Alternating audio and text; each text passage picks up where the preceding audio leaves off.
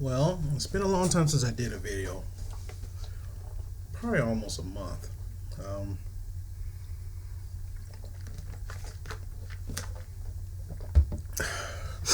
a lot of things have been going on, and it's funny. At the end of the year, it seems a lot of people are a little busier. Christmas shopping, which I don't shop for Christmas, which is good. I'm trying to make sure I stay afloat, uh, physically, emotionally, financially, which I'm failing on all, which I'm failing everywhere.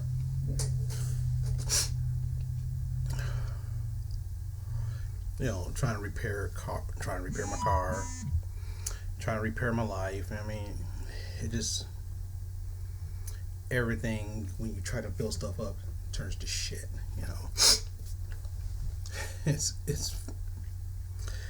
but that's part of life.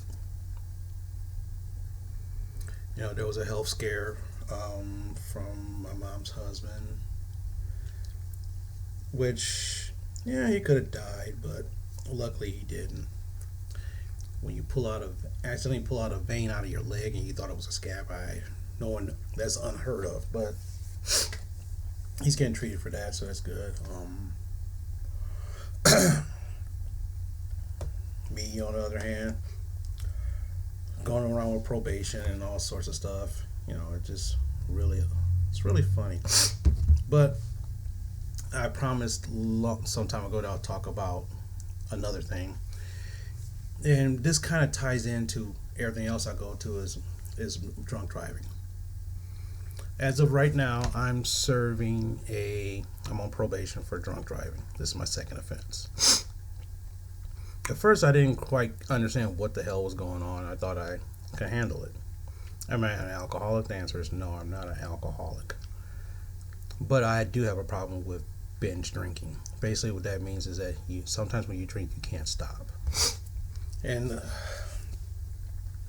so what happened was one day I went out, drank a little bit. I was having one of the greatest days of my life, which turned out to be one of the worst days of my life, which kind of laid the plans of what goes on right now. Basically, I went to one bar, had a few drinks. There was a celebration at another bar. I went to that, drank more, drove. I decided to drive home because I didn't like the idea of hiring a cab. Bad mistake. At that time, there was no Uber or Lyft or anything like that. There was nothing like that. One of my best friends, they're all my friends that could have helped me. Well, they could have helped me, but I didn't want to do that because it's like 2, 3 in the morning. Who wants to call people that late? I mean, tell you the truth, someone calls me at 2 or 3 o'clock in the morning. Sometimes that happens, and usually sometimes I jump up and like I go do it, but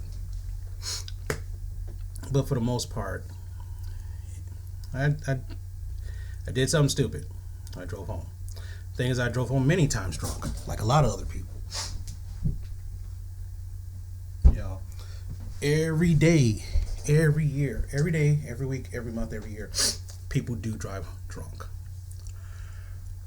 We all know the circumstances of driving drunk, and we all know what could the possible happenings of if we get caught driving drunk. But we as humans don't give a shit. I didn't, and boom, second offense. Third third offense is a felony, which is automatic jail time. And from some of the things I've heard, you'll be locked up for a month, 30 days in jail. It's not something I'm really looking forward to.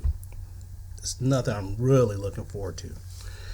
But this is my second offense. So what happened is the judge decided to they put me on probation for 2 years.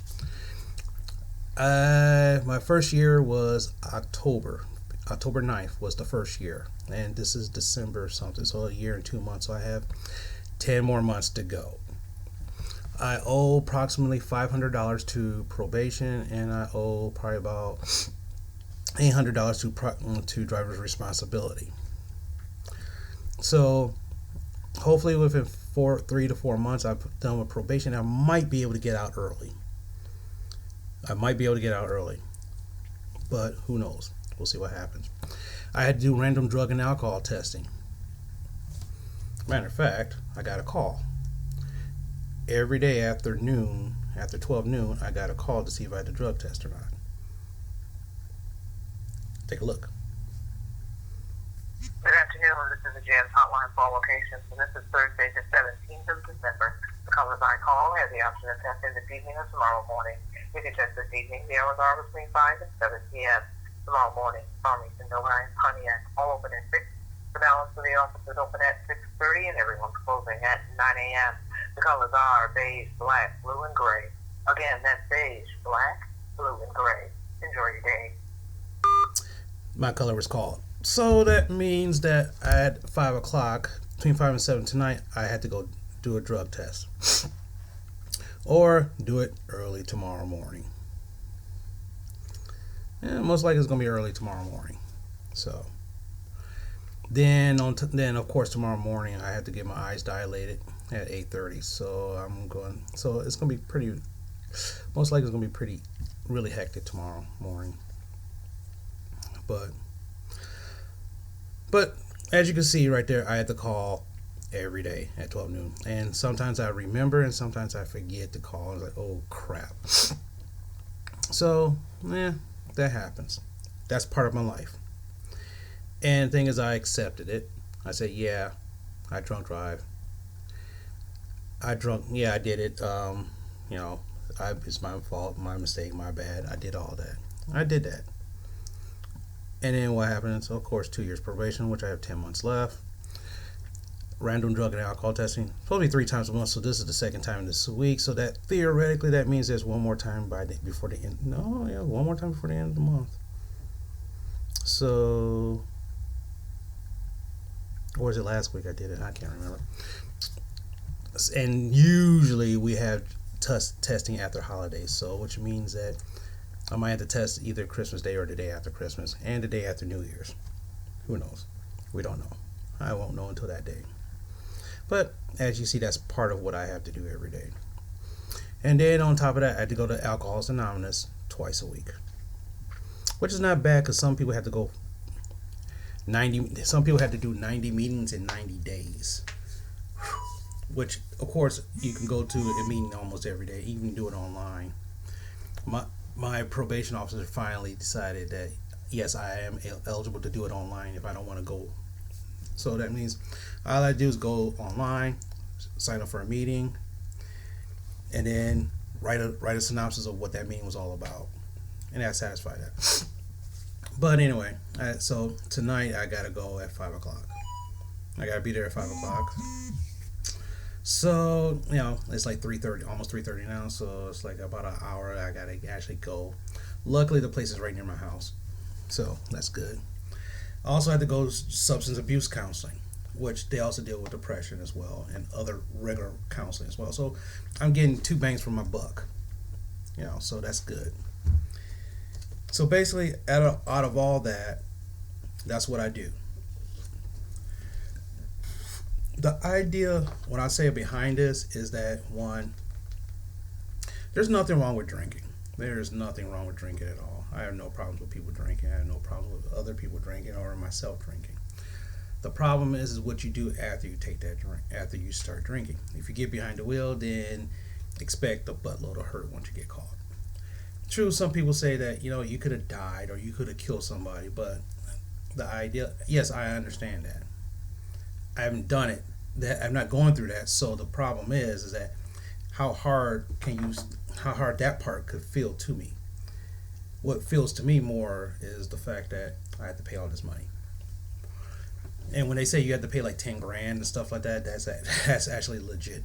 That's some legit shit right there. You're paying some money out of pocket. I mean, if you have it enough to where you can pay for everything all at once and just cruise, that's fine. But things like that drug testing, I gotta pay every time I drug test. It's either $14 or $24. So who knows? I won't know until I get there. And that means you have to get exact change, which means that I have to actually go to the bank and get money. and make sure I have spending enough to get exact change. So then when I go there, and of course drug testing, you basically I do a breathalyzer and I have to pee into a cup. If you don't do enough pee, you violate. Yeah, that's my life. With all that going through it, with all that, I still try to I try to remain positive. I try to. Sometimes it happens, sometimes it don't. And of course, depression kind of throws everything out of whack because what happened was I was using alcohol to mask the depression and to offset it. Can't do that now. So I had to deal with things as is. But for the most part, I do live my life as much as I can. After I've been going on YouTube and watching other videos about people with depression or suicide attempts and stuff like that. And sometimes I'm kind of like almost obsessed with watching this. And the thing is that it kind of shows me I'm not alone. And this one channel is this really young girl, and she's very, very. Her videos are pretty awesome. A lot of times I'll go on my tablet at night, and before I go to bed, I'll watch one or two of their things, and she's talking.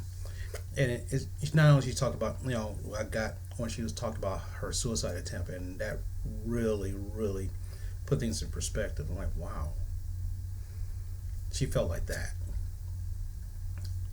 I feel like that sometimes. No, I have, a lot of times when I'm really, really depressed, I do have ideations of suicide attempts or thoughts of suicide, but I don't do it because I like to live.